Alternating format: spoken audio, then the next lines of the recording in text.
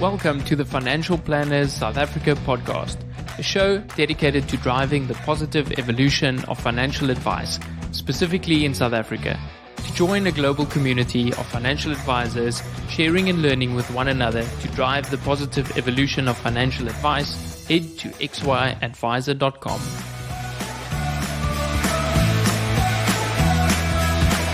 Portfolio Metrics is thrilled to bring you this podcast in support of our common passion, people, and the evolution of wealth management. Our global business links precision investment management to expert financial advice through partnerships and technology. Portfolio Metrics is an authorized financial services provider. AssetMap is a proud sponsor of this podcast. Are you looking for the next big thing in advisor technology? AssetMap is used by thousands of financial advisors to help create more meaningful conversations with clients. See for yourself how AssetMap is leading the next phase of financial advice delivery. Learn more at asset-map.com/Louis for a special listeners discount. This episode is proudly brought to you by Alan Gray. They say it's important to live for today. Although that might be true, we can't forget to plan for tomorrow. There's a lot of it left, after all. Alan Gray is an authorized financial services provider. Visit www.alangray.co.za to learn how we build long-term wealth for clients.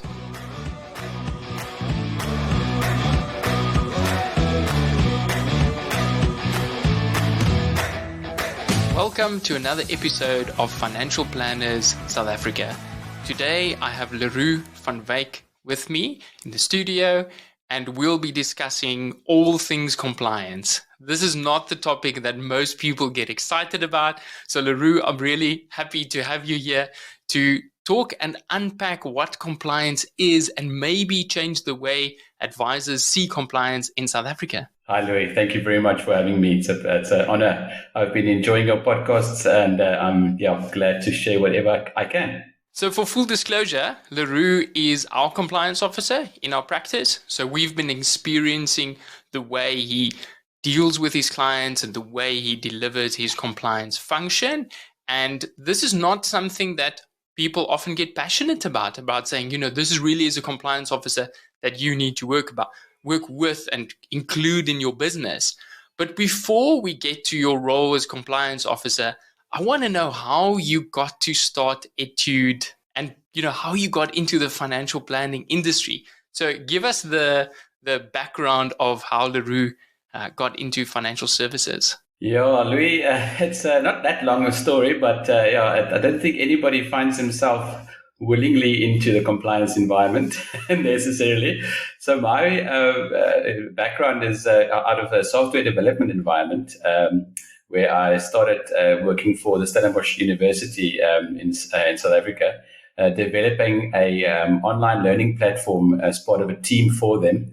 I progressed from there to working for one or two other software development firms as well, where I've designed systems and basically focused on database design and process design and so on.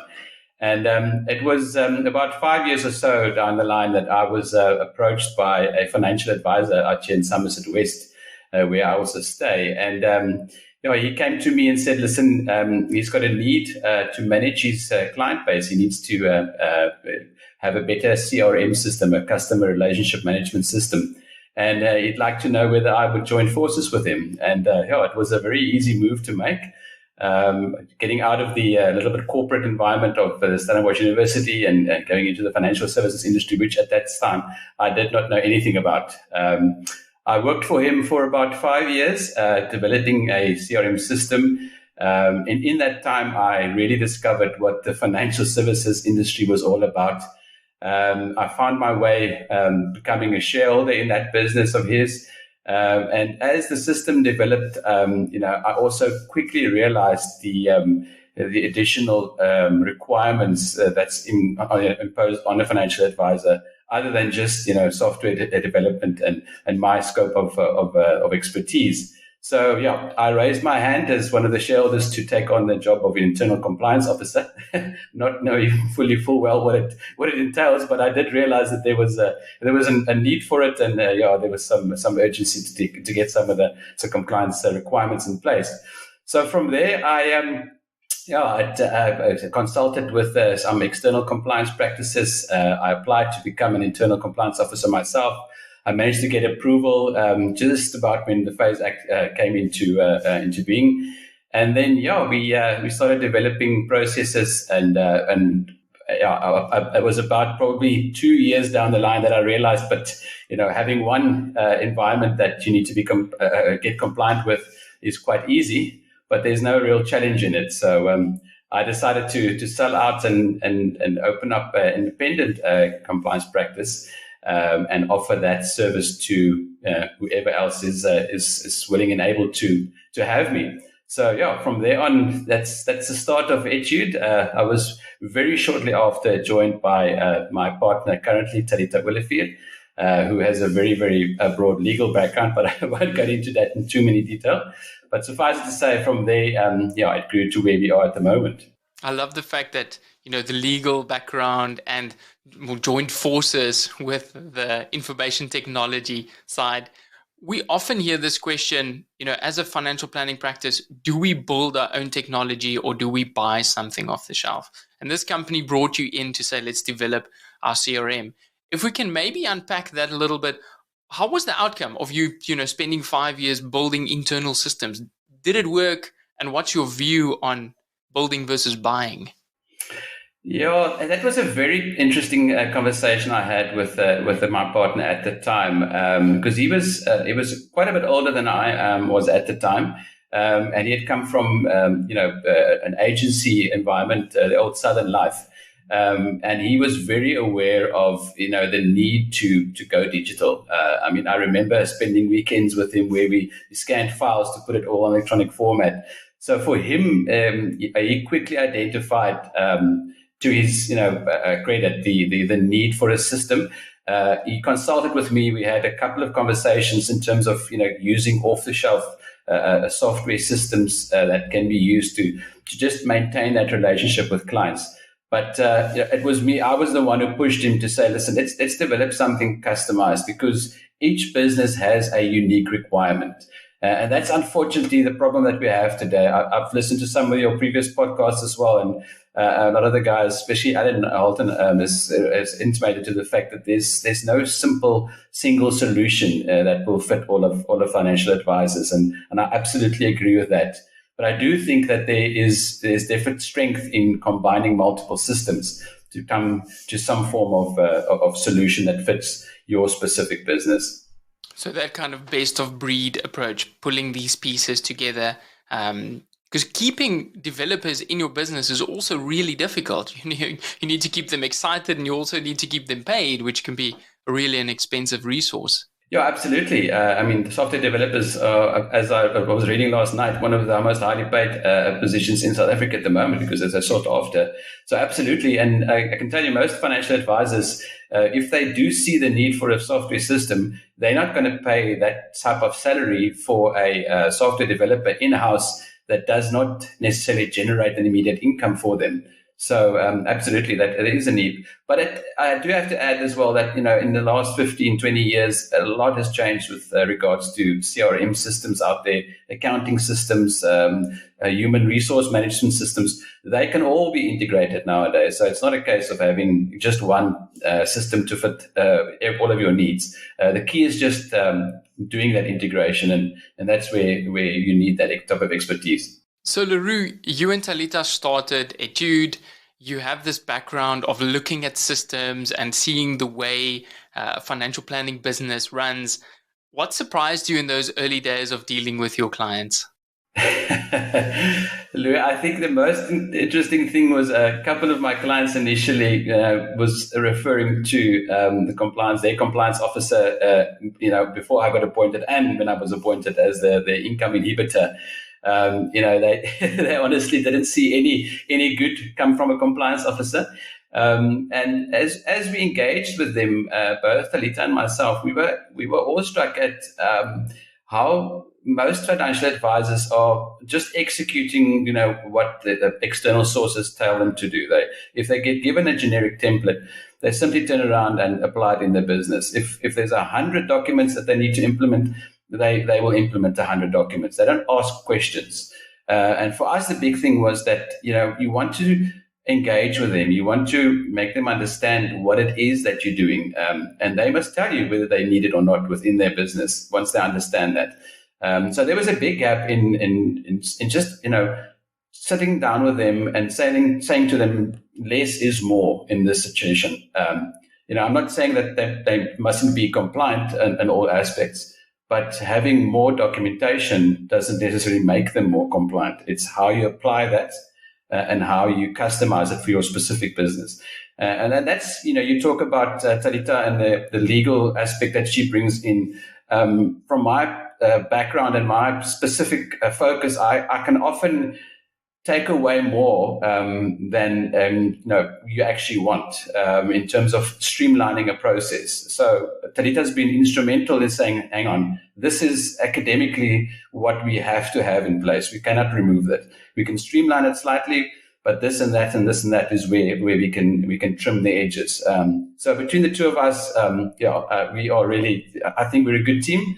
And we really enjoy working together. And we have this dynamic, like you said, where the legal doesn't get too of a burden, but the system side from me doesn't run away and make things so streamlined that there's no compliance involved.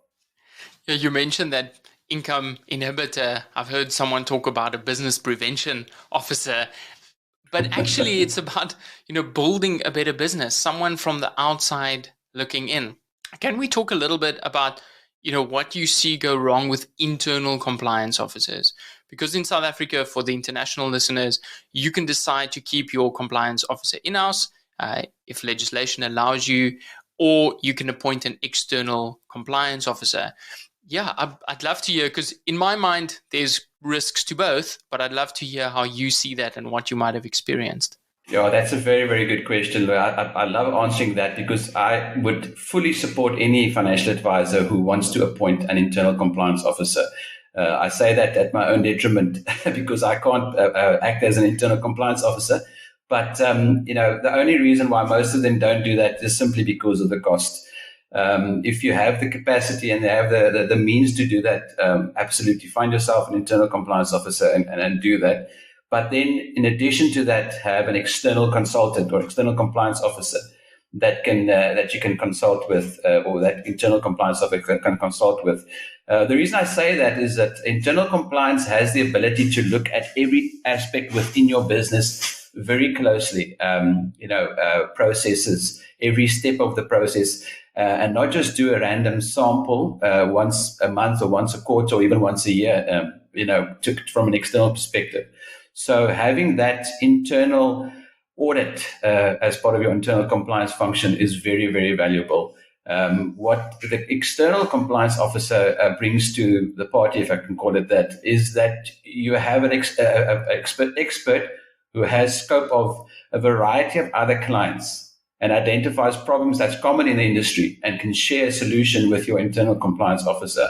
So that combination is very good and very, very handy to have.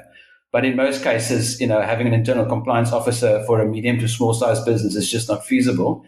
So you would want your external compliance officer to have multiple compliance officers that he or she can talk to, and not just one individual. Within Etude as well, we often rotate the compliance officer appointed to an FSP, just so that we can highlight our own mistakes effectively, and a compliance officer such as Talita or one of our other compliance officers can come in and have a slightly different view in terms of the interpretation of that specific company, whereas I might have the same, but my explanation to the client is slightly different. So there's definitely scope there to have multiple compliance officers. But yeah, in response to your question is I would definitely go with both.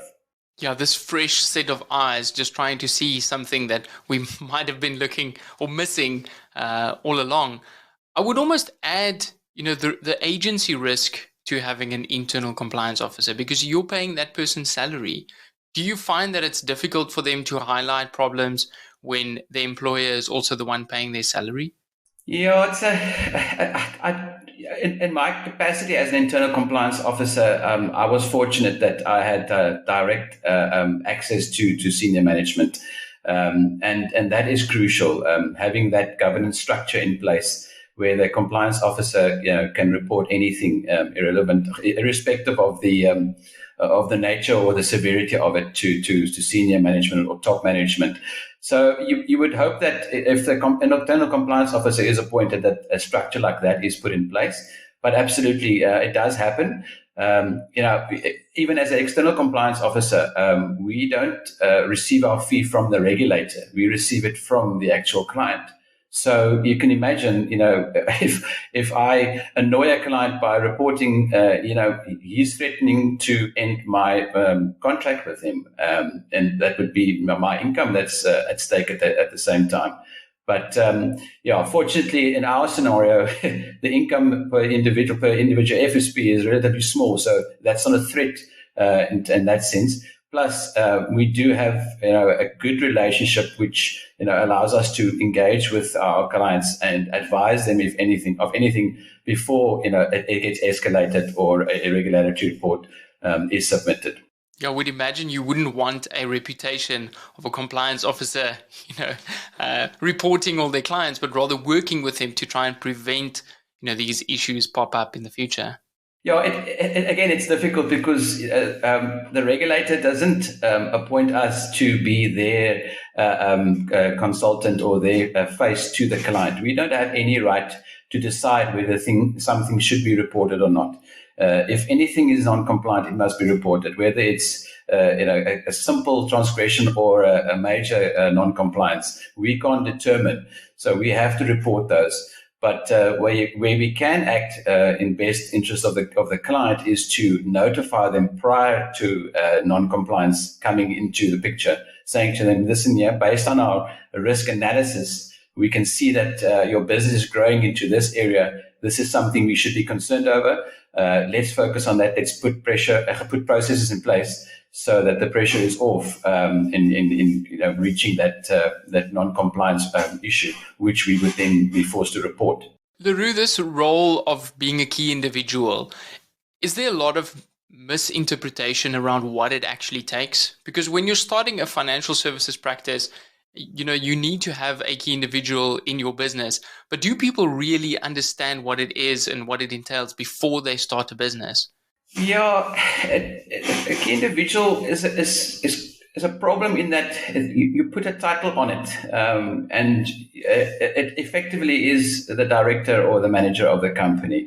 Not in appointment as such, but in responsibility. A lot of training is being done within that space to make the individuals aware of their operational and managerial oversight within the compliance space of an FSP. But, you would have heard me talk about in past discussions between us that, our concept of holistic risk management, regulatory risk management, which incorporates governance and compliance, is where we see the importance. And if you look at that, then, having an individual only overseeing management of compliance, is wrong. That individual needs to understand that there's a much bigger picture, and they can have the title as key individual, but they have the responsibility of a director in terms of managing a business, and of a compliance officer in terms of making sure that the requirements are being met. So this concept of systems and having a business run like a system, and your key individual being there responsible to look at the systems in the business actually recurs, and it makes so much sense why someone with a systems background would end up in compliance. Yeah, it's sometimes difficult because not everything fits into a box. A process doesn't make provision for every possible variation on within a business. So as much as possible, I try to put it into a process and make it understandable and make it repeatable.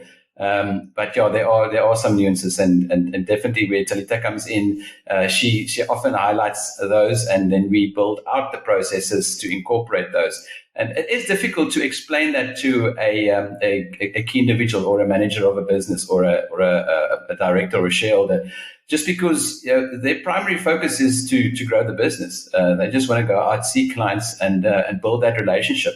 It's the typical thing of a mechanic not working on his own car.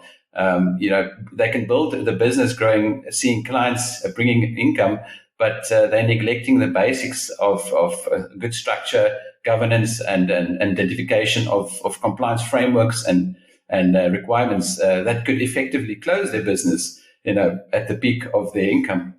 Explain to us the difference between compliance and governance. How would you describe that? For me, it's relatively clear. Again, from a process perspective, governance for me is the structuring of your business and the management of that structure and how each of the various departments, individuals, external contractors, parties, all of them, how they coexist within an organization and how that relationships and everything is managed. Whereas compliance is the set of rules set by, not the set of rules itself, but the way in which an organization adheres to that set of rules, which is set out by the regulator through legislation. So it's very, very much different in terms of governance, because you don't dictate the structure of compliance. It is just something that needs to be executed based on a set of rules. Where it becomes tricky is you have to identify those rules, which ones are applicable to your organization, and then apply those. Good governance, always will require that there is structure in place and hierarchical management of staff and management of assets within an organization. So the two are vastly different, in my opinion, but they do form part of one bigger exercise in terms of the better management of a company. LeRoux, are you saying that companies are missing the governance piece? They're focusing too much on the compliance and neglecting the governance? Absolutely. And in most of our engagements, we identify, basic non-compliance or not even an existence of any form of structure, formal structure or documentation surrounding those basic governance aspects. I mean, it's often spoken about succession planning, for instance. Yes, it is a compliance requirement to have. But it's just good corporate governance to have a succession plan in place if you're a smaller business, especially a sole proprietor, and also, an operational ability plan. I'm not referring to, a legal document that's 50 or 100 pages. I'm just talking about, what's going to happen or what can happen in the event of a disaster. How can the business operate? How can they continue operating? When that disaster strikes. So there's a couple of things there that it does get referenced in various pieces of legislation, and is considered to be a compliance requirement. But if you take compliance out of the equation, it would be very good for any business to have that in place, and that's exactly what governance means. So just really good business practices to be able to build a profitable, sustainable business. Absolutely. LeRoux, with the shift to kind of outcomes-based legislation, we've seen these major changes. Everyone's talking, or not really talking, about Twin Peaks and TCF anymore. Those are terms that you don't hear every day, maybe in the compliance world it is. But how does the governance fit in with outcomes-based solutions? Louis, that's a interesting discussion. I think I remember us having it right at the beginning as well. For us, we would like to very much see a change within our own client base. Some of them have adopted that. A lot of them have not. Where your outcomes-based approach is seen in the business. In other words, where they don't rely on a set of documents that tells them what they must do. They have the actual structure in place, and the structure itself is an explanation or a declaration of their intent. And we try to introduce that with our clients by just talking them through the process. I'm going to use the example of a succession plan. A lot of them don't have that in place. But if you sit down and you talk them through it, you realize they have put all of those measures in place. They have all of the relationships. They've considered that, they've even valued their business, but they haven't gotten down to putting it into writing and formalizing it. So we would like to see that part grow, where companies are considering all of those aspects, talking them through and putting it in place, and then afterwards saying, okay, we have these in place. Let's just formalize it by putting a document in place, as opposed to asking a compliance officer for an example of a succession plan, printing that or putting it onto file, changing maybe a name here and there, and then signing off on that. That's where we would like to see the big difference come in. That's so similar to dealing with a new client in the financial planning world, where oftentimes they feel that they have nothing in place. And as you start talking through it, you realize actually there's probably more than what they think. And what I'm hearing is you saying, actually, the businesses have more in place. It's maybe just not well documented. And what comes to mind is, what does the regulator want to see when they come and do an audit? Talk us through, maybe your experience with an audit, because that often is something that key individuals might lie awake at night worrying about a phase audit or a FIC audit. I want to hear some of the interesting stories you've experienced, and maybe we can unpack it a little bit. Absolutely, Louis. The most recent incident was a FIC inspection we had up in Johannesburg. And it was fascinating. We have a very good relationship with most of the regulators we deal with, where there's analysts involved that we can actually engage with, and not just a help desk. So in that specific on-site, the client had done quite a significant amount of preparation, which we obviously assisted them to do. We were very specific in saying that we're not going to write the documents. We'll help them word it correctly so that they actually say what happens within their organization, as opposed to something we type up for them, give it to them, they sign it off, and it doesn't reflect their business as such. And so during the on-site, within the first half an hour, the analyst turned around, and I was in the meeting as well. And he looked me straight in the eye and said, "You've got a good writing style." And I said to him, "What do you mean? I can clearly see you wrote these documents. Your client did not." And initially I was a bit worried, because obviously, you don't want the regulator to see you helping your client to the point where you're leading them on. But, after having that discussion, he clearly said to us that he doesn't have a problem in seeing, touch up, if I can call it that, from an external compliance officer, because that's why we're there. We help the client streamline and just direct their efforts. If the first thing he did after that statement was turn around to the client and asked him, what is the process that's documented in there? Show us through. In that specific case, it was the KYC process. Take us through the process. And he was very quickly able to see that the client understood that process. They have access to all the various systems, and those systems matched in the actual RMCP that he was reading through.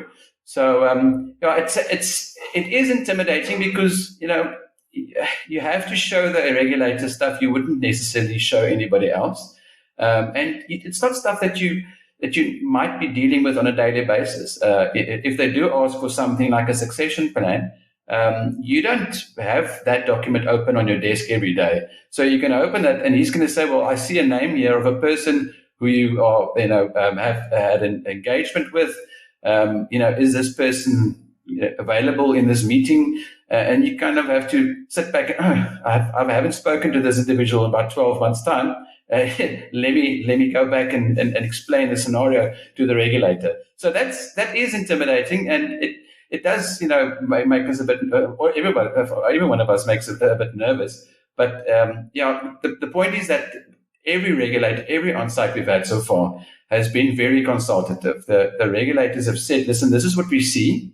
Explain to us in your own words, how it is that you do what you're saying over there." And they do go and they match the two to see whether the plan or the policy or the procedure is applied within your business. And, if we do have that opportunity to go with the client through those various processes, it's never the case where there's a mismatch.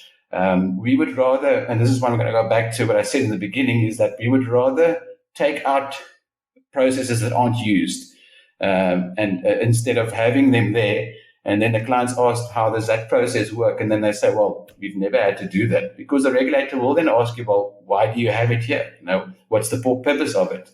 So, yeah, it's not something that I look forward to every time. But at the end of every one of those meetings, I can tell you we have a good laugh, and it's always very constructive. So the intention is not to close your doors and stop you from doing business. It's to prevent these disastrous outcomes. Is that right? Absolutely. I mean, remember, the regulator doesn't want to see the public without financial advisors. They want to see the public being advised, and they are also actively promoting the public engaging with authorized financial advisors. So if they can prevent from closing your business because of non-compliance, they certainly will do as much as they can to prevent that.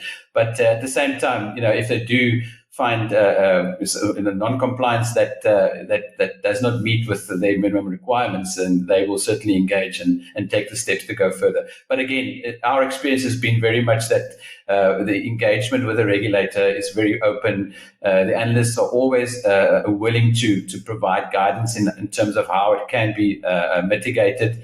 Their whole approach is issuing a mitigation plan with remedial steps. They give a timeline. And it's a well-structured process. It's not like coming into an office and closing the doors as they leave and putting a lock on it. At least not with this on-sites we've experienced in the past. That's wonderful to hear. Thank you for unpacking that for us. I want to talk a little bit about the unregulated side. We have a lot of people that are quite vocal saying, if your advice is not leading to a product, maybe you don't even have to have an FSP. And then you have the other hand where there's financial products, there's the crypto side that's not regulated yet. How do those two meet, and where is regulation going without confusing us too much? It is always difficult. We prefer to engage with the client on each specific scenario because there's a lot of variation in each approach, and the facts need to be considered before one can even start to respond to that. But I think that a common misconception again amongst our client base is that they're not offering, the client is not necessarily going to end up in that financial product, so it doesn't fall within that scope. But unfortunately, that is not true. The advisory component that they execute is exactly where the regulation applies. They've got to consider what it is that they're saying to the client, how they're saying it, how the client will be impacted. The client might not decide to go, with that advice from as you conveyed it to him, but they might walk over to an agent or another financial advisor, bringing some of that advice across and then introducing that into their portfolio at a later stage. So it is often misunderstood. The difference between advice and intermediary service is another common discussion. Where you are leading the client into investing or taking out of specific policy. That's considered intermediary services. But the difference is quite big. It is just very important that as financial advisors, you have to understand that by virtue of your appointment as an authorized financial advisor, you have, if I can use the word, you have a little limelight on you to whatever you are saying is being listened to. So you have to consider everything that you share with your audience, and very much stay away from any financial product that is not being regulated at the moment. And again, whether it's because of the client insisting that it be discussed or another advisor introducing it, it doesn't make it suddenly allowable. You just want to steer away from any discussion in that space and focus on the products that you have experience in, what you have your training with, and again, what you have been authorized for.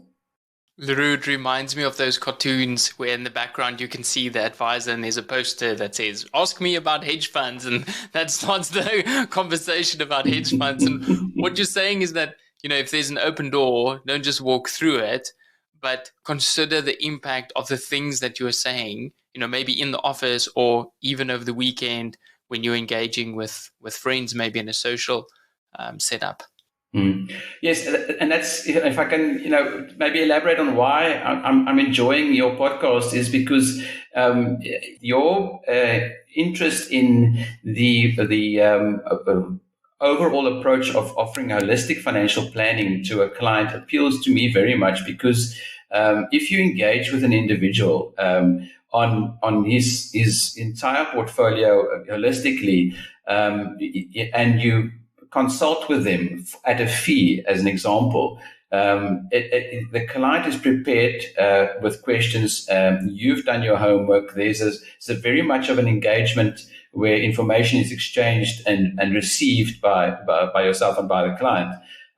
Whereas just a direct agent, your information is blurted out, around the campfire, or it's, said in a restaurant context, and somebody picks that up and decides to engage further based on that, but they don't necessarily understand the full picture. That's why, in my opinion, you won't find a doctor sitting around the campfire giving medical advice. They want to one-on-one engage with the individual, understand the problem, and kind of look them in the eye when they give them the advice, knowing that that's specific to that person, and they've taken into account holistically what could be wrong. You mentioned this idea of the doctor saying, come in to see me so that we can determine what's wrong, and patients and clients are used to approaching a doctor that way. I'm wondering, what do you see as a compliance officer as the biggest value add that a financial planner can do? And also, how does that maybe differ, or is it the same as what the man in the street might see a financial planner? I'm going to go back to the previous conversation, and I'm going to say that the concept of holistic financial planning. I think if I'm the man in the street, I go to see a general practitioner, a doctor. I don't run to a specialist and show them my knee because my back is sore. Out of my own free will, thinking that the knee is a problem. I go to a general practitioner. They look at every component, and then they determine it is the knee, or it might even be the hip. If I can use that analogy, but the same applies to a financial advisor. A financial advisor needs to take everything into account, and that also leads into the discussion of the tax implications to a client. I think a financial advisor should have access to a tax specialist if they themselves don't have the skill, because that's a very big component of that holistic plan, to then determine where the need is. And for me, that's where financial advisors currently are making a big difference, in that they're not just advising on one single product. They're looking at a variety of products. Whether they offer those products themselves is almost irrelevant, but it's identifying those products and then pointing the client in the direction which, based on their need, would be highest, and so forth. So this concept of a financial health check, saying, Mr. Client or Mrs. Client, are you okay? And Brett Davidson loves talking about that, saying, your biggest role is showing the client that they're okay. And if they're not okay, helping them figure out how to get there. Just like a GP might say, we found this thing on your skin. Don't worry, we're going to work together to sort this out. Absolutely, yeah. Is that mindset being implemented in the client base that you look after, and maybe your interactions with financial planners? I'd like to say so, yes, but unfortunately, it is traditionally not the case. Most of our financial advisors have also come from agencies where they were told to go and sell a specific product and not be interested in any of the other components that forms part of the client's holistic financial plan. But we often engage with our clients to promote the concept of consultations with individuals. And, it is appealing because, there's no regulation limiting the amount that you can charge for your consultation with the client. So there's potential huge income there for a financial advisor. And most financial advisors aren't just registered for a single product category or product type. They are registered for a variety. They might have a little bit more experience in terms of whether it be the investment space or the life insurance space, but they all are authorized for the rest. So we encourage that consultation, and during that consultation, the client will then have an hour or 2 hours available to talk and tell them their story, as opposed to the financial advisor, not wanting to spend too much time with the client, because all they want the signature and that policy or investment must be placed so that they can move on. And again, the context might differ. There's definitely a need for that approach as well, where a client comes and says, I only need this to be addressed. I have somebody else looking after the rest. Please just assist me with this. Again, there's no harm in doing it that way, but it unfortunately doesn't often happen where the other advisor then looks at it holistically. That other advisor is potentially only just looking at the medical aid or the short term. That's very valuable. Thank you, LeRoux. What we're seeing in the US, in some of the states, is that the regulator is asking advisors to provide evidence of the advice that they're delivering, and they're also questioning the amount that they're asking. But what you're saying in South Africa is that there is no upper limit at the moment in terms of what you can ask for your advice. Do you think that might change in the future? And is the regulator looking at that space? I'm not going to be able to answer on behalf of the regulator. I don't know enough in terms of that discussion to be able to give any insight in this space. But I do think that South Africa is, as we all know, behind in terms of regulation with the rest of the world and our implementation of it. And having had dealings with the UK regulator, the FCA, they very much open to embracing the outcomes based and that the conduct of the financial advisor, as opposed to trying to focus on rules based. Which in itself encourages the client to go, the advisor to go out and see the client, consult with them, and not put a prohibition on the amount of time you can spend with them or the cost there. So I definitely think that in the South African context, that is healthy, and I would hope that it's going to stay open and not limited within the next couple of years. Almost less regulation is more in terms of a free system.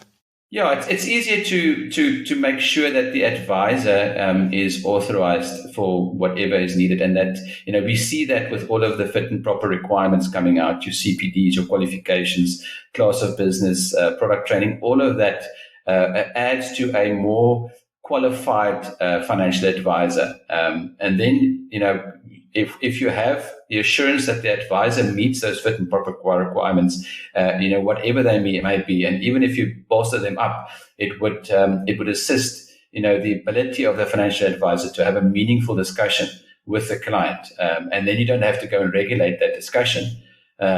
Just regulate the actual advisor. Are we getting to a point where regulation is causing advice to be too expensive, and are we excluding a segment of the market purely because it becomes so onerous to run a financial planning business? Louis, I think going back, to my initial few years of entering in the financial advice space, I was astounded to see the low cost of running a financial practice. My only reference was the software development space, and their expense ratio is far, far, far higher. Yet they have, a lot fewer infrastructure to maintain. So, and it's a combination of factors, but I just, for me, it was a bit of an eye-opener to see how the financial advisors consider expenses within their business. And I say that with respect for the advisors out there listening, because I think consider yourself, compare yourself to other businesses out there, and then make a determination from there on whether it's a big expense. And then talking about compliance specifically, again, it's a passion of mine. So forgive me for being for saying this, but compliance should form part of your day-to-day processes. It's not something you do at the end of the month or at the end of the week, or even worse, employ somebody internally to go through and check the checklists, that is required by a compliance officer. If it's done as part of the business, it's no additional cost. Absolutely, I understand. Paying an external compliance officer, there is financial costs involved. Having audited financial statements, there's a cost involved. Keeping capital aside, because legislation requires it. Those are all expenses. The problem is, would you do without them if there was no legislation? Would it not be sensible to have them in place anyway? And then, making them part of your day-to-day processes, instead of seeing it as a burden financially. So absolutely, I definitely think that there's scope there and there's an improvement. It is unfortunately just a mindset that we have to change. You don't start a business and run it from your car anymore. We have entered an age where, we are giving professional advice to the man in the street, and they're looking to us to be professional at the same time. It's wonderful to see that we are moving into that professionalization and that people are fighting for professionalization.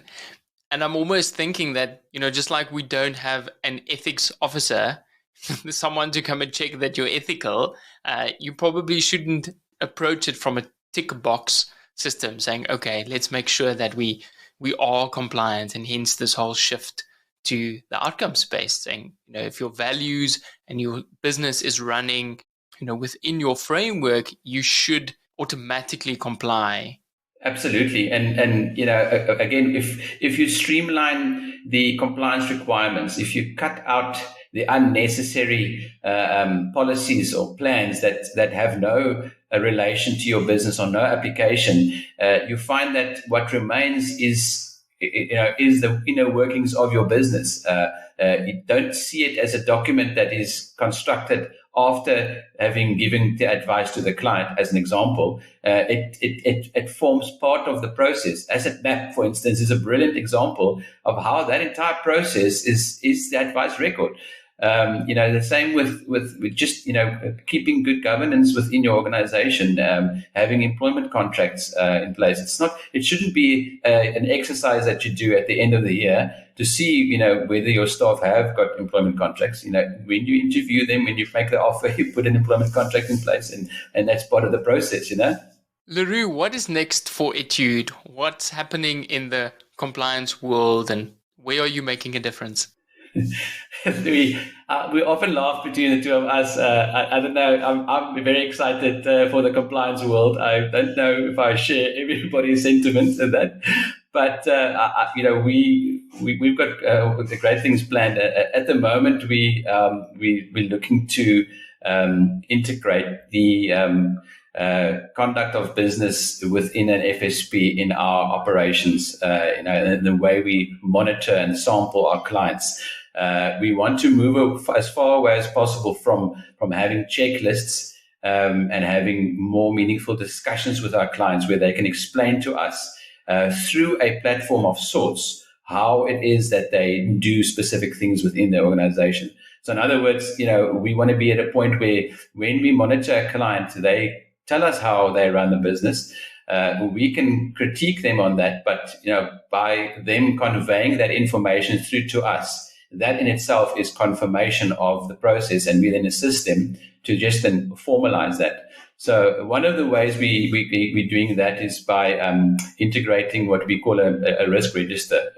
It's effectively just a risk management plan, which most advisors would be very familiar with, containing relevant questions that pertains to their business and how they comply to specific legislation. But then rating those based on likelihood and consequence, coming up with a risk factor, and then having the discussions with the client or the FSP based on those items or questions that are high risk first, and then going down and addressing as you go through the calendar year. Whereas in the past, you've got set deliverables, you've got statutory returns that need to be submitted, and those would trigger certain things.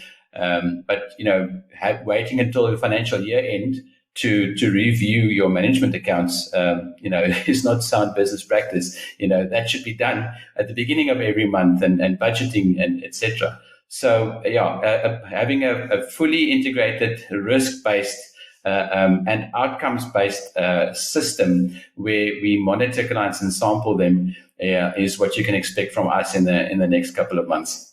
Brilliant, LeRoux. Thank you for moving the financial planning industry forward and helping the clients move into an era where they can focus on their business and running a better business, more sustainable, because ultimately it means that they can serve more customers, more clients in a better way. If people want to reach out to you and get hold of you, what's the best way to do that? The best way would be via our website, just etude.co.za. All of our information is on there. We're also quite happy to give out our direct telephone numbers, but everything is on our website if they do want to reach out to us. Brilliant. We'll add a link in the show notes, and I want to thank you so much for being on the show today. Thank you, Louis. It's been an absolute pleasure.